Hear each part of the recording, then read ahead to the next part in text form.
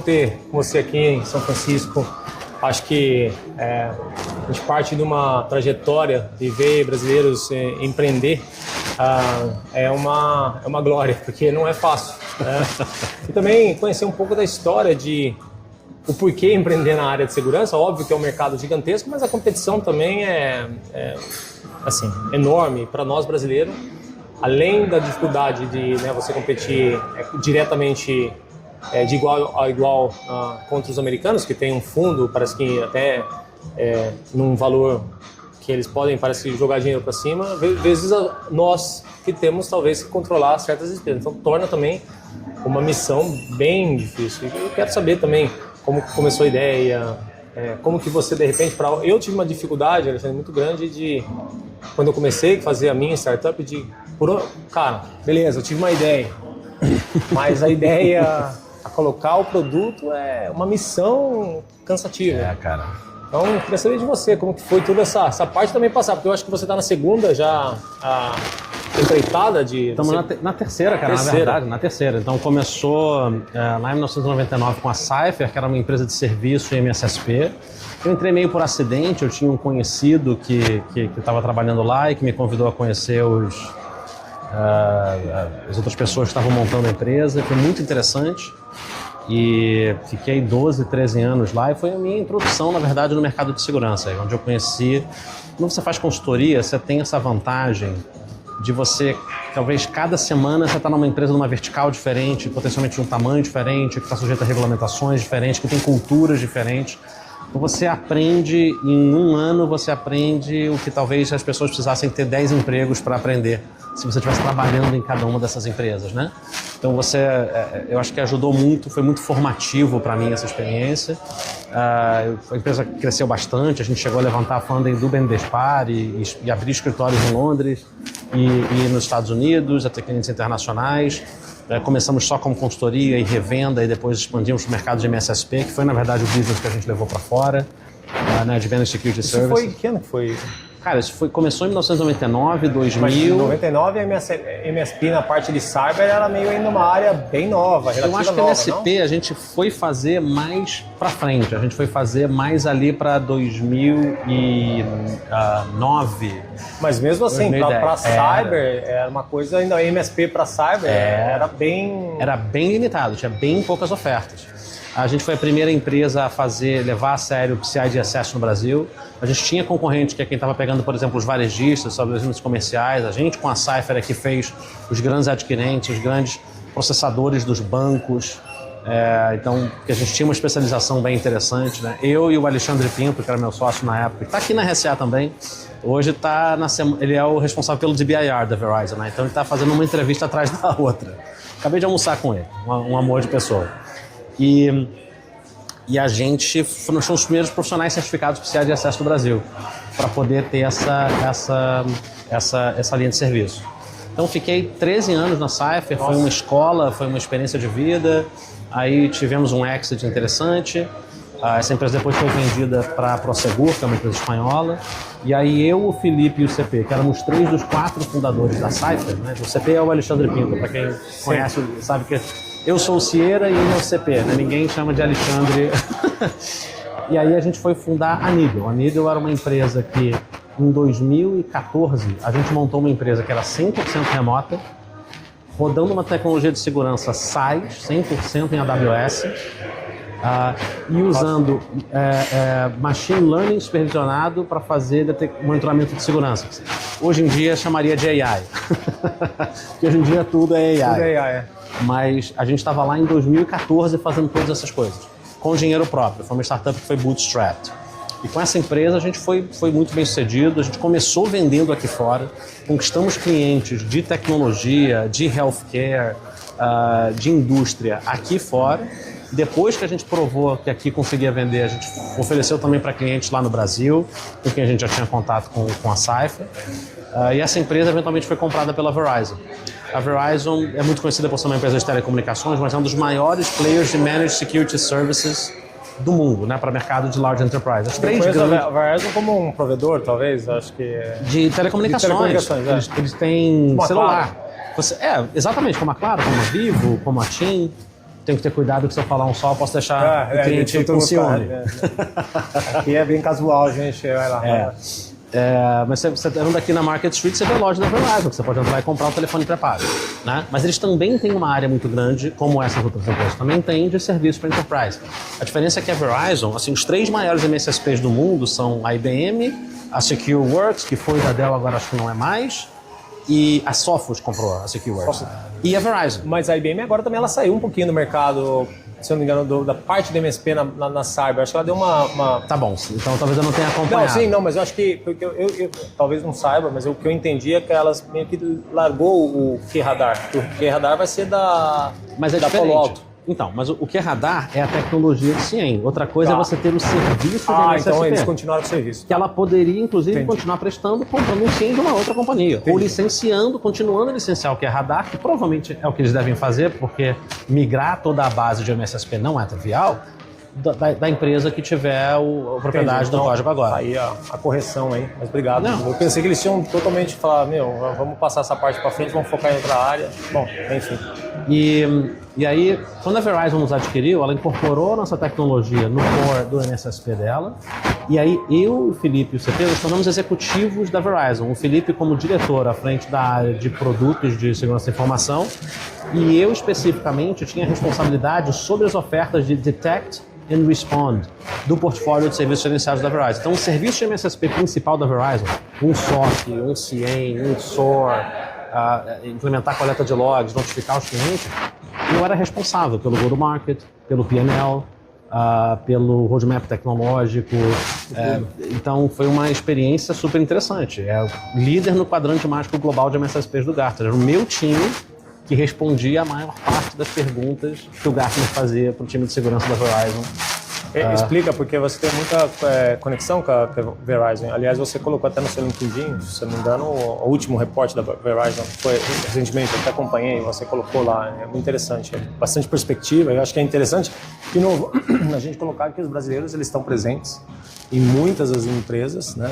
Às vezes fazendo serviços excelentes, mas assim, talvez não apareça como os americanos aparecem, que infelizmente tem esse problema, mas fazendo um trabalho magnífico. O Alexandre Pinto, né, o CP, que foi meu sócio cofundador na Saif, depois foi meu sócio cofundador na Needle, e que entrou na Verizon junto comigo, quando a Verizon comprou a Needle, o que ele acabou tendo como principal papel dele até hoje na Verizon, essa operação aconteceu em 2018, essa aquisição, foi que ele está à frente do time que escreve o Verizon DBIR, o Data Breach Investigations Report.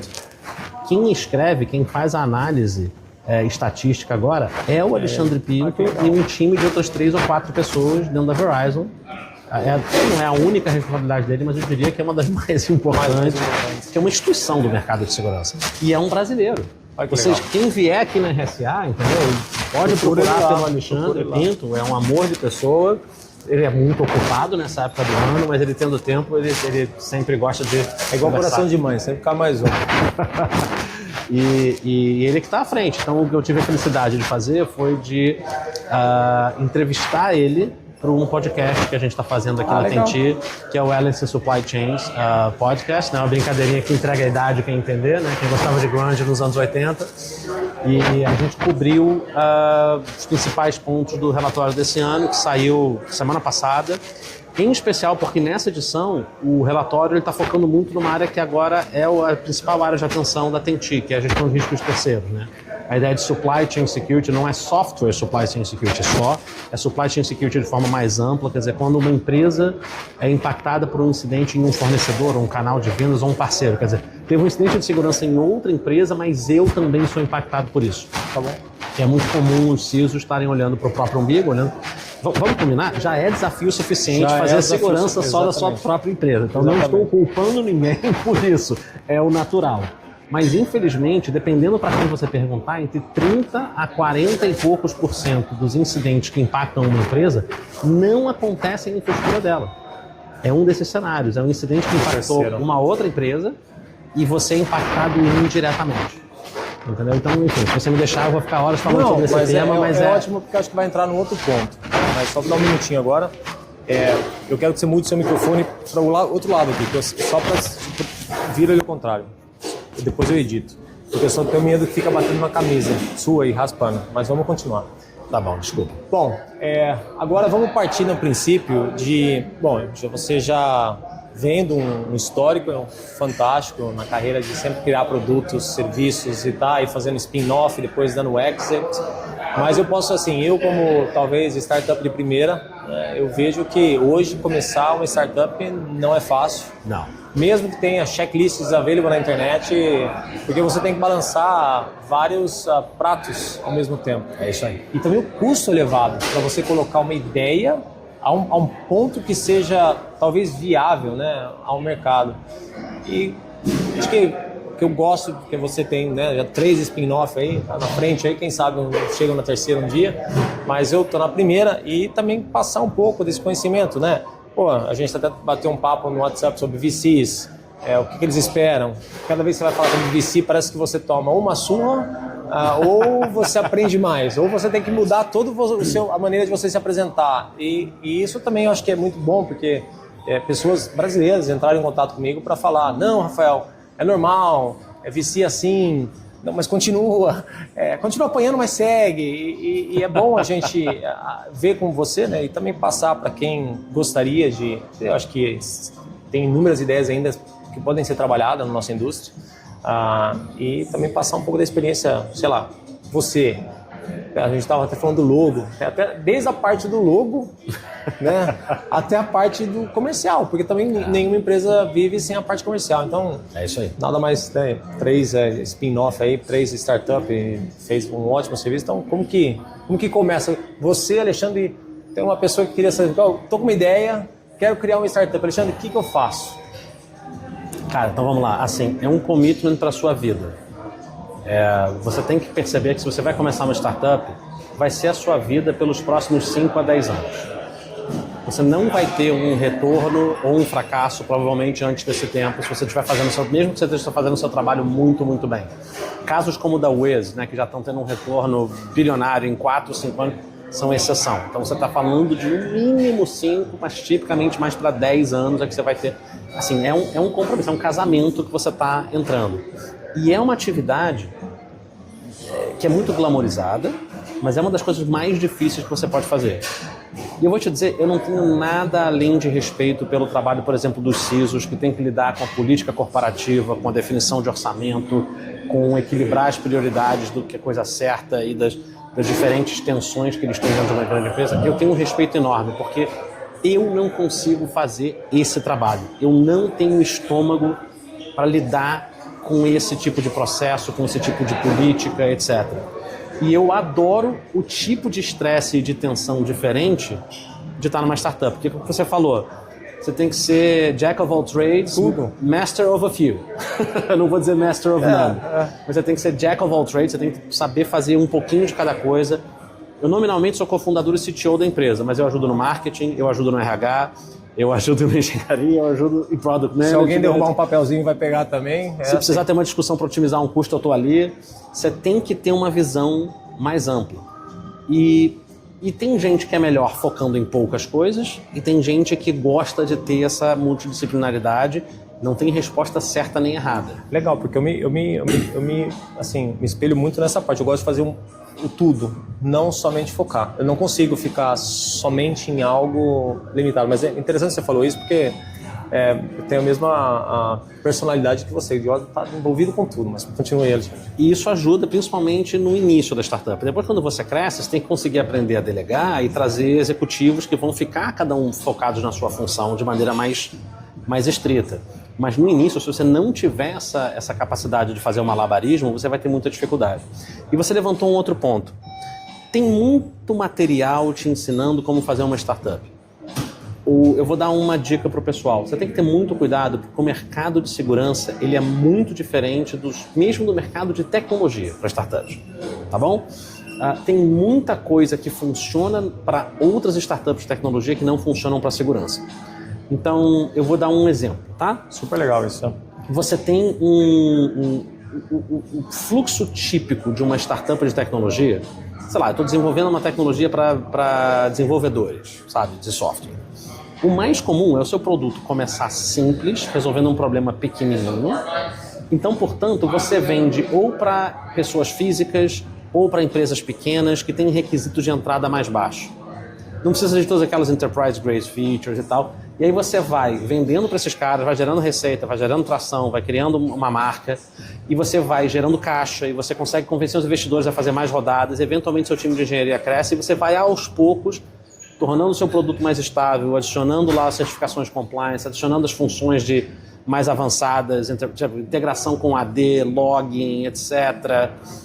E aí você, no final da sua jornada, você está preparado para começar a vender para o large enterprise, para passar por aquele processo de due diligence de segurança que eles fazem, para ter todas aquelas features, integrações, capacidade de customização, mas mesmo de feature do produto, capacidade de customização. Eu quero ter um controle de acesso ultra granular, eu quero ter um log ultra detalhado que eu vou exportar para o meu CIEM.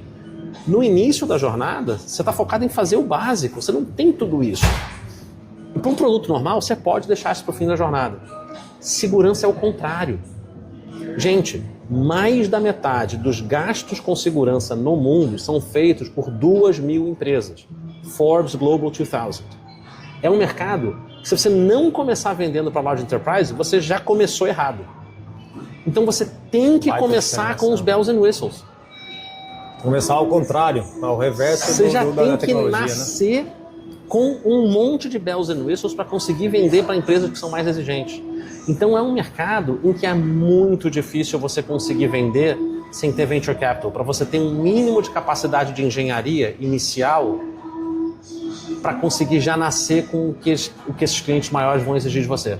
Você falou uma coisa que eu acho que gera bastante confusão na parte de séries. Séries A, séries B, séries A. Então, queria que você talvez passasse um pouco dessa parte, porque para mim também foi doloroso aprender um pouco das séries. Série A, não, série B, não, série C. Qual série eu tô, qual série eu vou? Quando eu começo? É seed, não é seed? Acho que é uma educação para quem vai começar também a fazer um spin-off. Então, assim, se você vai fazer uma startup, a primeira decisão que você precisa tomar é se é uma startup de serviços ou uma startup de produtos. Primeiro ponto. Startup de serviços, você vai ter uma barreira muito menor de iniciar e você precisa ter uma necessidade de capital muito mais baixa. Porque se você é uma pessoa que é um profissional de segurança, você pode começar vendendo as suas próprias horas. E aí depois você não começa a não dar conta, começa a contratar mais gente para te dar escala e eventualmente você vai crescendo a empresa daí e você se financia com a própria receita que você gera se você manter a taxa de ocupação das pessoas boa. Tendo dito isso, você não vai conseguir funding para uma empresa de serviços. Investidores institucionais querem empresas que podem ter capacidade, porque o problema da startup de serviço é que ela tem menos risco, mas ela tem menos recompensa. Você não consegue ter a escalabilidade ou o crescimento exponencial que uma empresa de software consegue. Porque quando você tem uma empresa de software, de produto, você consegue desenvolver o software uma vez, então você tem um custo fixo associado com isso e um tempo que você investiu nisso. Mas você pode ter o mesmo software que custou $1 milhão para desenvolver, você pode vender 1 milhão de licenças, cada uma por $10 mil. Então você pode ter uma margem potencial absurda, porque fazer cópia de software tem custo zero. Ter mais usuários no seu site, tá bom, tem lá um custinho de infraestrutura, você tem que ter uma arquitetura que escala, mas acho que a Cloud hoje resolve isso também facilmente. Mas isso é marginal. Certo. Diferentemente de homem-hora. Se você tem 3 profissionais, entendeu? São 160 homem-hora por mês, vezes 3, tá ali o cap da sua receita. Empresa de software não tem cap de receita. Depois que você desenvolveu o software funciona. Então, o upside é muito grande. Então, se você escolher fazer uma empresa de produto, né, de software, pode ser SaaS, pode ser software que você instala on-premises, aí é que você pode decidir se você vai ser bootstrapped, quer dizer, eu tenho condições, eu tenho recursos e vou conseguir fazer eu mesmo, ou se você vai ser VC track, você vai procurar venture capital. Como na área de segurança você tem esse reverse crossing the chasm problem que eu descrevi, você tem que começar vendendo para large enterprise, é muito mais difícil você ser bootstrapped em segurança, porque você já precisa nascer com muita coisa que a grande empresa precisa. Então, o mais normal é você fazer venture capital. Como é que funciona venture capital? Venture capital é um capital de alto risco. É um investidor que enfim, é uma empresa que administra um fundo de investimento, ou vários fundos de investimento, que está pegando dinheiro de investidores, dizendo, olha, eu sou aqui alto risco, alta recompensa. Tá? Então, eles vão ter que encontrar startups para botar o dinheiro que eles acham. Olha, eu vou investir em 50 startups 48 delas vão quebrar, uma vai ficar mais ou menos, vai retornar o meu dinheiro, e uma delas vai ser o próximo Facebook e vai cobrir não só as perdas que eu tive nas outras 48, como vai trazer um retorno acima da média de mercado. Isso também é um mercado super legal, porque você falou, eles pegam 10 empresas já prevendo que 9 vão falhar, mas uma que vai trazer todo o retorno financeiro. É isso aí. Então, porque startups são um mercado de alto risco. E aí qual é a ideia? A ideia é que ninguém te dá 100 milhões de dólares com você só tem uma ideia no papel. Você vai recebendo dinheiro em fases, que são os rounds de investimento. Então, são milestones. Você vai atingindo milestones, você vai aumentando o valor, né, o valuation da sua empresa, e você vai recebendo rodadas de funding, potencialmente de investidores diferentes a cada etapa dessa jornada. Comprida, né? Então, tipicamente, quando você está só com uma ideia na cabeça e muita vontade de trabalhar, você recebe o que se chama de angel investing. Ou o seed. Seria a parte o seed do até vem depois. Vai lá. Que o seed, às vezes, já é um investidor institucional. O angel investor, normalmente, é uma pessoa física. Tá. Às vezes é friends and family, às vezes é um empreendedor bem-sucedido que faz isso porque ele curte ajudar. Então, você recebeu um angel investment e você começa a desenhar ideias, você começa a trazer as primeiras pessoas, acha os seus cofundadores e tal. Tipicamente, você está pre-revenue, você não tem produto, você não tem receita, você não tem nada. As pessoas estão apostando em você, na sua pessoa e na sua ideia. O que precisa também ter uma baita credibilidade, não? Você tem que ter um histórico. Essa é outra coisa. Todo mundo pensa naquela ideia do fundador que acabou de sair de Berkeley, de Stanford, né? Um garoto de 18 anos, a história do Mark Zuckerberg, que estava na faculdade, ou do Bill Gates. Gente, isso é exceção, não é a regra. Em especial no mercado de segurança. Como mercado de segurança, você vai vender para large enterprises. Tipicamente, um empreendedor bem-sucedido é um cara que ou já trabalhou em large enterprises e virou empreendedor, ou que ele já vendia para large, ele já conhece os clientes, ele já entende as dores, já entende a realidade. Um cara recém-saído da faculdade não entende a realidade de um time de segurança de um grande banco. Não. Desculpa. Um cara que sai de uma faculdade pode entender sobre um negócio de retail, de venda online, de entrega de restaurante. Nada contra esses negócios, são todas empresas... Mas a experiência faz uma baita diferença. Mas é um conhecimento que você tem que ter estado na indústria para entender a dor e a necessidade e até para identificar as oportunidades. Sim, são os gaps que daí você vai injetando, talvez, vou criar uma startup para resolver esse problema. Porque você estava trabalhando na indústria, por exemplo, você era funcionário, seja de um cliente, seja de um fornecedor de serviços, e você identificou essa necessidade e fala, eu vou sair para montar uma empresa nova que vai resolver esse problema e atender essa dor de forma melhor. De uma maneira que nenhum outro player do mercado atende. Boa. Então, normalmente tem que ser pessoas com experiência. Para você ter, e os investidores vão querer avaliar isso. Por que você entende desse mercado? Por que você é a pessoa certa?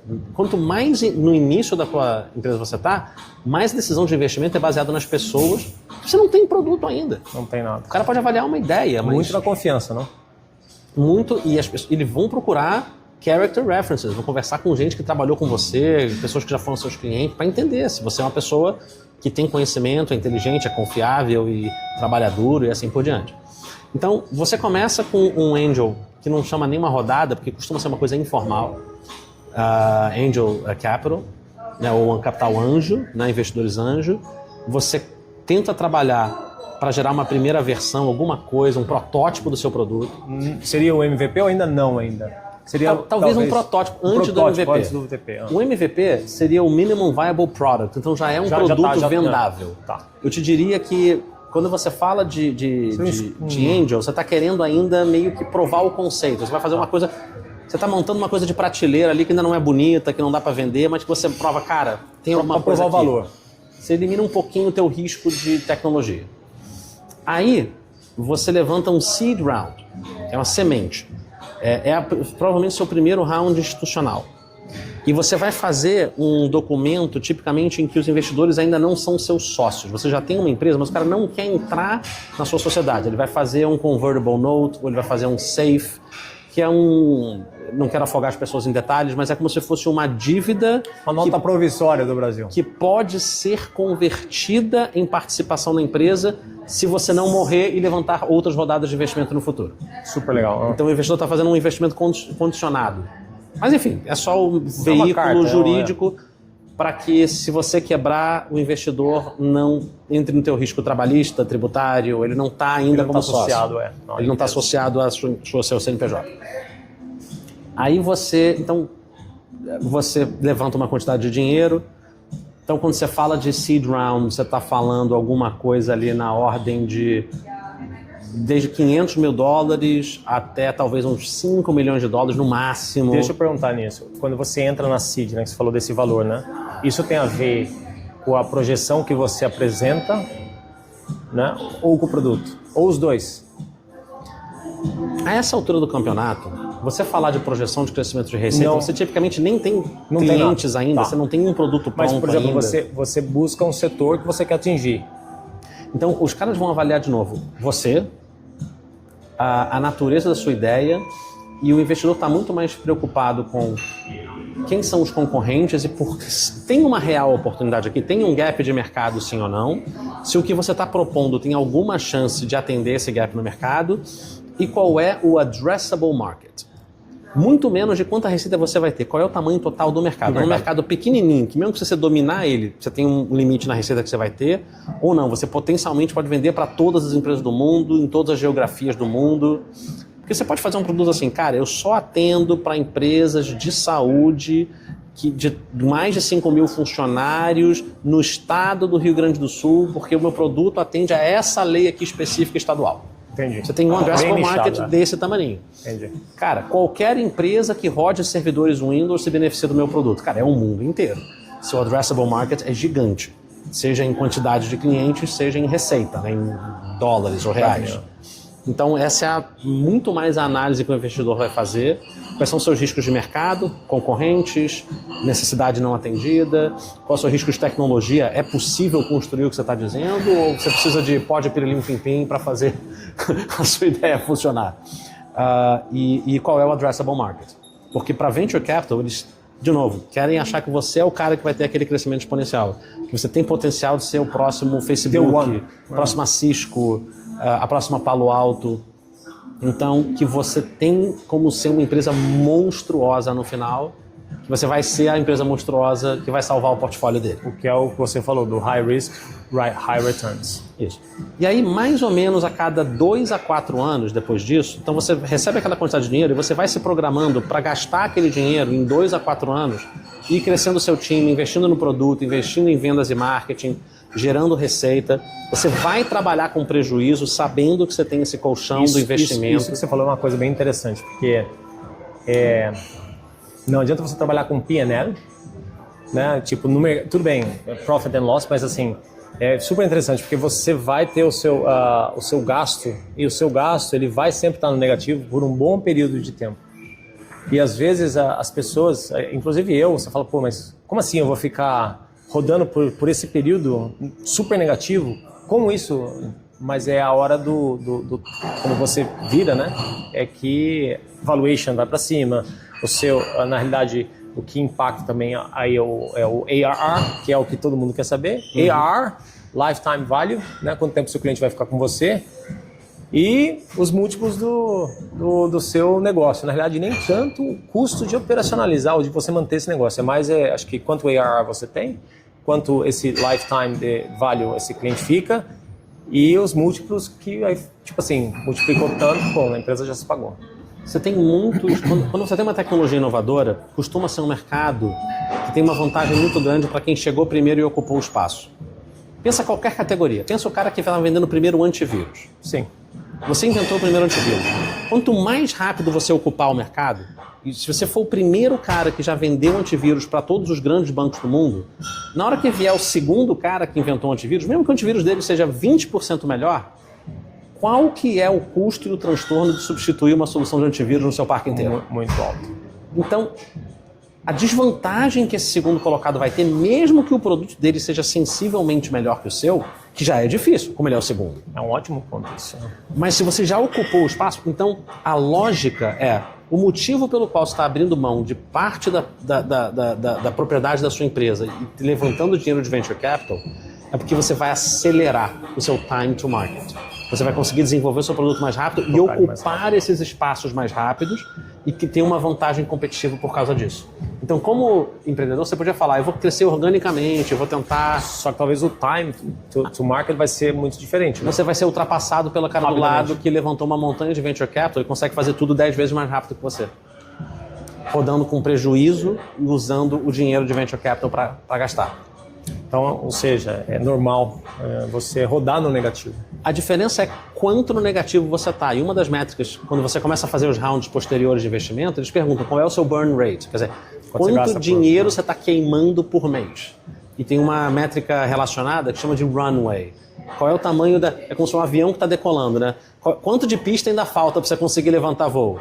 Porque legal. Se falta 5 metros de pista só e você ainda não está nem na velocidade perto de levantar voo, você tem um problema.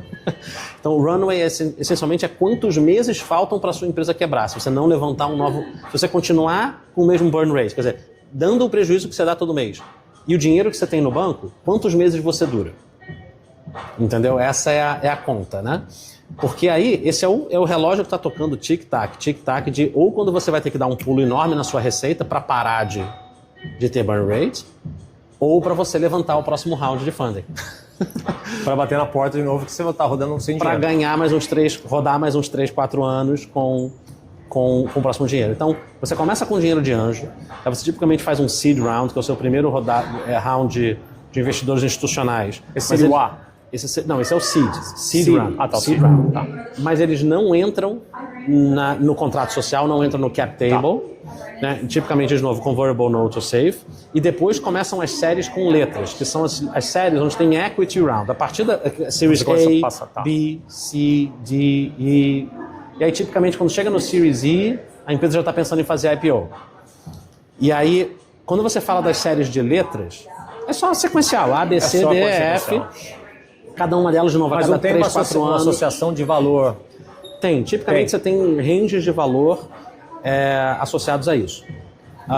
Mas aí, quando você fala das rodadas de letras, os investidores aí já vão entrar no seu contrato social, eles vão ser, de fato, seus acionistas.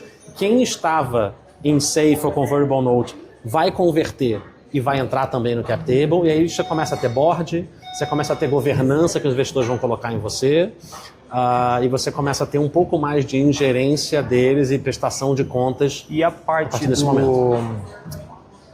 Você falou agora sobre essa parte, mas e a parte... Pô, passou na minha cabeça que eu me esquecendo. Você perguntou sobre o tamanho dos rounds, tá? Então, depende muito de mercado. Nos Estados Unidos, você vê Series Seed de 5 milhões. No Brasil, você vê um Series Seed típico de 500 mil, 750 mil dólares. Tá falando tudo em dólares aqui. Tem mercados que tem mais apetite ou menos apetite. Mas você tem empresas e empresas. Você tem empresa de um cara que é um fundador super conhecido e que talvez está num mercado que ele precisa de mais capital para implementar. Ele pode ter Então os cheques variam muito, mas tem um tamanho médio. Mas a regra de ouro, na verdade, é assim: qual é a diluição que você vai fazer como fundador? É isso aí. Quando você começa a juntar, obrigado pelo ponto, mas quando você começa a juntar todos esses seed, que converte, séries, como que vira a dilution? Então, tipicamente, a maneira como isso funciona é, a cada rodada de investimento, você está pegando entre 15% e 25% das ações, né, ou das cotas da empresa, e vendendo para esses investidores que vão entrar. Essa é a ideia. Mas não seriam, assim, mais da parte Seria antes, então, quando eles são mais agressivos, que eles querem uma equity maior, ou não? O normal é que a cada rodada, se você estiver fazendo o seu trabalho direito como fundador, alguma coisa entre 15% e 25% é que você vai ser diluído. Sempre diluindo, tá. Então, por exemplo, quando você começa a empresa, você é dono, supondo que seja um fundador só, raramente é o caso, mas vamos supor, para simplificar nossa matemática. 100%. Você é dono de 100% da empresa. Depois que você teve o Series Seed, os investidores vão ser donos de 15% a 25%, digamos 20%, e você vai ser dono de 80%. Aí no Series A vai entrar outros investidores, ou os mesmos investidores vão fazer uma nova rodada. Mas aí o que vai acontecer é 20%, tá? Vamos supor que a nova rodada é de mais 20%. Então, você que tinha 80% vai cair 20% da sua participação, você vai perder 16%, então você vai para 64%. Entendi. E o pessoal que tinha 20% vai perder 4%, né? E aí então, 16 mais 4, 20 para os novos investidores. Entendi. Vai ficar 64, 16 e 20. E vai fazendo essa mesma coisa, entendeu? Inclusive os investidores anteriores são diluídos junto.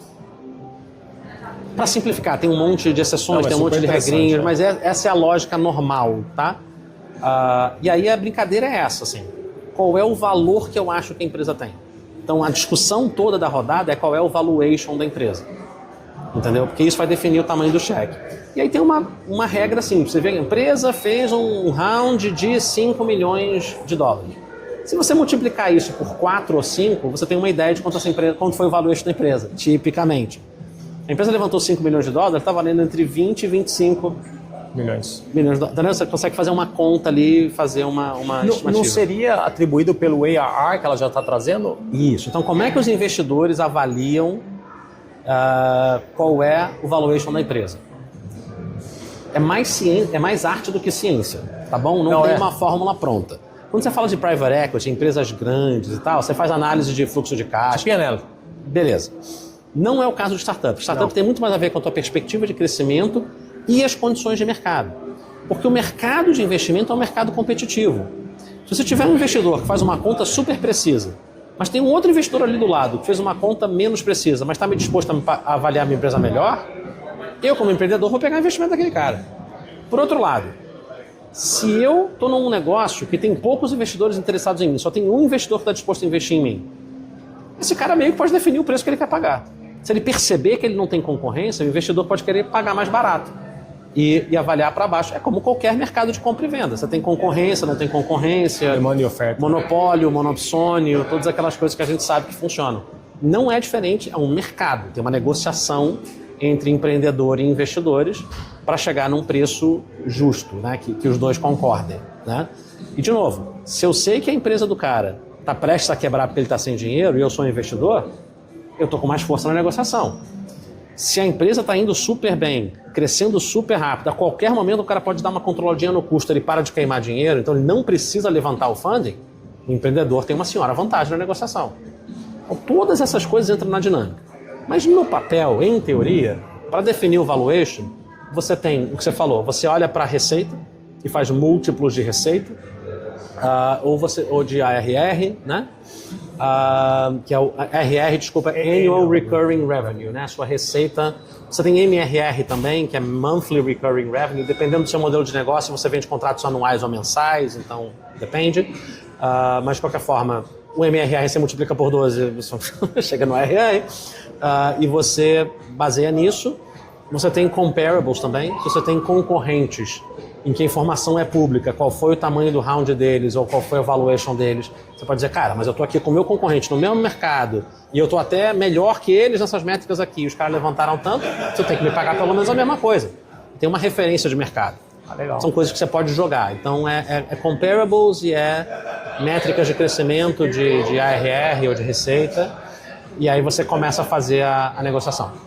Tá, depois chegou tudo isso aí, montou, já todo mundo feliz. Agora a hora talvez de dar o exit ou talvez ficar, como que daí você... E também antes disso, assim, qual seria hoje um múltiplo? Seria 50x, 30x? Assim, numa empresa, não dá pra... Porque tem vários fatores aqui, mas um número que mais ou menos é aquele dedo no ar que a gente fala, não, é 20x. Para a empresa de cyber, então, é 30x. Não sei. E daí também vem a parte de saída, porque daí eu acho que todo...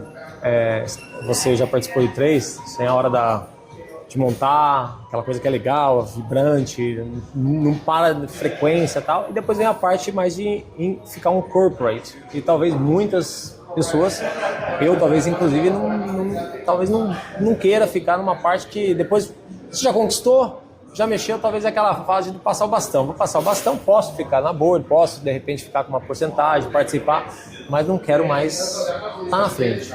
Você tem 2 caminhos principais para fazer exit. Tá? Você pode fazer o IPO, a empresa vira uma empresa com capital em bolsa, os investidores ganham liquidez dessa forma, normalmente durante o próprio IPO eles conseguem dar saída de grande parte do capital deles, ou fazer isso aos poucos depois, se a empresa estiver bem. Então esse seria um plano. No Brasil é muito difícil, para empresas que estão no Brasil. Se você se internacionalizar, você tiver uma entidade jurídica aqui, você crescer globalmente, você tem uma chance de fazer isso aqui fora. Então é um caminho que é muito mais comum para as empresas de fora do Brasil do que as empresas brasileiras. Mas é uma opção. É uma opção. É menos frequente.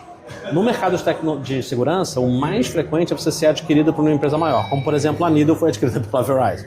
né?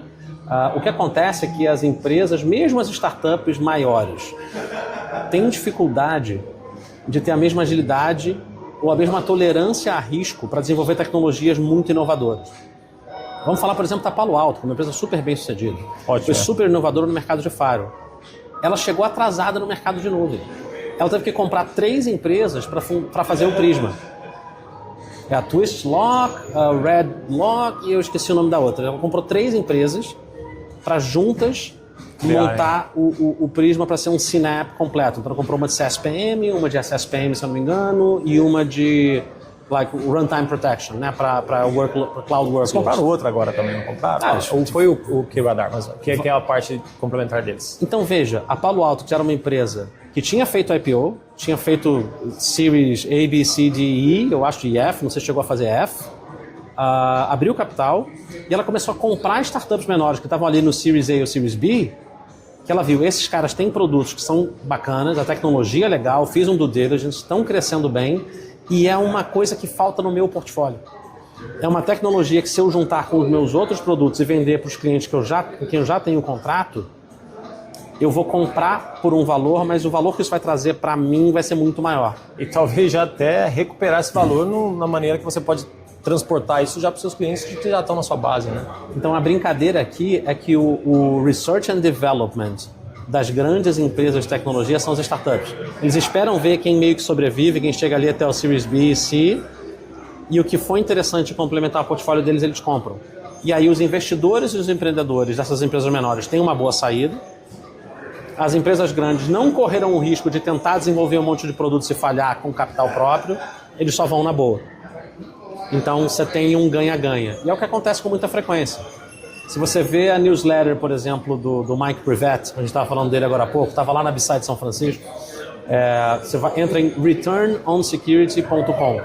Né? O nome da newsletter é Security Funded, mas o site é Return on Security, né? Retorno em segurança, retorno de investimento, é o que ele quer dizer. returnonsecurity.com. Ele cobre todas as transações, muitas aquisições, muitas rodadas de investimento, em vários países, mas os Estados Unidos domina. Então, esses seriam os 2 caminhos de exit, tá? Então, agora, se você estiver desenhando a sua empresa já pensando no exit, não vai dar certo. Não, sim. Isso não você não pode passar essa mensagem já direto para o investidor, que daí ele já corre. Não, eu acho que é mais que isso. Você não pode passar essa mensagem para você mesmo. Tá. Senão você vai queimar etapas. Se você estiver fazendo alguma coisa que está dando certo, que está tendo uma taxa de crescimento alta, as opções vão aparecer. Sabe, as ofertas de compra vão chegar. Legal. Se você estiver fazendo um bom trabalho, se você está crescendo, você desenvolvendo tecnologia que é inovadora, você está ocupando espaço relevante no mercado, o mercado é um ovo, as pessoas se falam. Naturalmente as pessoas vão vir falar com você. E foi um pouco o que aconteceu no caso da Needle, entendeu? A gente foi conversar com a Verizon porque a gente queria eles como cliente. A gente fazia uma ferramenta que automatizava monitoramento de segurança. Você conhece alguém que precisa mais reduzir custo de mão de obra com monitoramento de segurança do que um MSSP, que faz isso para centenas de empresas? A gente queria eles como cliente. Eles olharam para a nossa tecnologia e falaram assim, eu não só quero isso, como eu quero que o meu concorrente não tenha isso. Então eu não vou licenciar o seu produto, eu vou comprar a sua empresa. Porque a gente era pequeno, eles podiam fazer isso. Mas aí volta naquela questão também do time to market, né? Eu posso desenvolver? Posso, mas se esses caras já estão fazendo, por que não já adquirir eles? Eles já correram o risco de fazer errado, de quebrar, de demorar, já está pronto, eu já diluí meu risco. Então, para a Verizon fez sentido, para a gente fez sentido também. Então, é como vai acontecer naturalmente. Então, você não pode... O que você vai fazer? Na hora que começarem a chegar as primeiras ofertas, aí você pode ser inteligente, criar concorrência, chama um banqueiro, estrutura um processo. Você quer que você tenha multiple bidders, né, competindo para tentar subir o preço que eles vão pagar. Mas tendo dito isso, eu pelo menos não acredito nisso de montar a empresa planejando eu vou vender para aquela ali. Não. Cara, não. Foca em fazer alguma coisa que funcione, que os clientes gostem, que está crescendo, que está entregando valor. O resto vai vir. E pra gente terminar, a gente está aqui 1 hora, vai ser um ótimo, obrigado pelo comentário, mas assim, pra gente terminar, aquela velha frase, não, mas como que eu bato na parte do... Tenho o produto, cheguei aqui, construí, acho que tem uma coisa legal, como que eu começo a bater na porta dos VCs? Porque, assim, talvez as pessoas tenham medo, né? E qual que é o primeiro passo? Tudo bem, mandar um e-mail, entrar no LinkedIn, não sei, mas como que de repente a gente começa esse relacionamento, já que pessoas, assim, hoje, talvez onde você está, você tenha um relacionamento maior porque você já passou por várias experiências, mas aquele, né, que começou agora, ele está construindo esse relacionamento, ele não conhece ninguém, ele não é como você até falou aqui há pouco, ele não tem um perfil que já passou por outras, então é um perfil novo, né? É igual o Serasa, a pessoa vai checar ele, tem tudo isso aí para passar. É isso aí. Então como que você hoje dá essa última dica para quem vai começar, né, a bater nessa porta? Da mesma forma que para você poder vender um produto ou um serviço para uma grande empresa, tem técnica, tem método. Como é que você monta uma apresentação de vendas para vender para um CISO? Você tem que descrever o problema, você tem que descrever como a sua solução funciona, você tem que dizer por que você é diferente, você tem que mostrar qual é o retorno que ele vai obter, o benefício. Tem uns checkboxes que você tem que marcar. Existe muito material publicado já sobre qual é a estrutura para cada fase de investimento que o investidor espera e o que ele está procurando. O mais importante você tem que ser o perfil certo de pessoa, que está disposto a correr esse risco, que tem a personalidade certa para isso, que tem experiência em vender coisas, porque você está vendendo o tempo inteiro, você está vendendo o seu produto para o cliente, você está vendendo a sua empresa para um funcionário que podia estar indo para uma grande empresa correr menos risco, vai ter que entrar e trabalhar na sua startup correndo risco junto com você. Você tem que vender para o investidor que a sua ideia vai ser a próxima unicórnio e para ele investir em você. Então é um tipo diferente de venda para um público diferente. Você vai vestir o chapéu de vendedor agora. Tem que vestir o chapéu de vendedor e pensar como é que eu estruturo a narrativa para isso aqui parar de pé e você entender. Você tem que endereçar qual é o problema que você está resolvendo, você tem que mapear quem são seus concorrentes, você tem que dizer qual vai ser o seu modelo de negócio, você tem que dizer qual é o addressable market, você tem que saber que você tem que marcar tudo isso, mas é sentar, fazer a pesquisa, ter a pachorra e montar. E o mais difícil é você escolher qual é o produto que você vai montar. A gente, por exemplo, o cara está no mercado, a gente está no mercado de Third Party Cyber Risk Management, que a gente brinca que é o segredo mais bem guardado da indústria de segurança. No papel, o que a gente está fazendo é insanidade. Porque a gente está indo para um mercado que é considerado maduro. A BitSight inventou esse mercado há uns 15 anos atrás. E ela, inclusive, já foi ultrapassada pelo Security Scorecard. São empresas que já levantaram talvez 250, 300 milhões de dólares de funding. Então pensa, se isso que eles levantaram ao longo de todas as rodadas já estão valendo mais de bi, faz tempo. E estão próximos de fazer IPO, inclusive, algumas dessas empresas. E já tem um mercado dominado. Sierra, você tá maluco? Como é que você bate com esses caras? Você não inventou uma coisa nova. Então, eu encontrei uma maneira nova de fazer esse problema, que ela é tão melhor que eu consigo vencer aquela barreira de substituir o incumbent.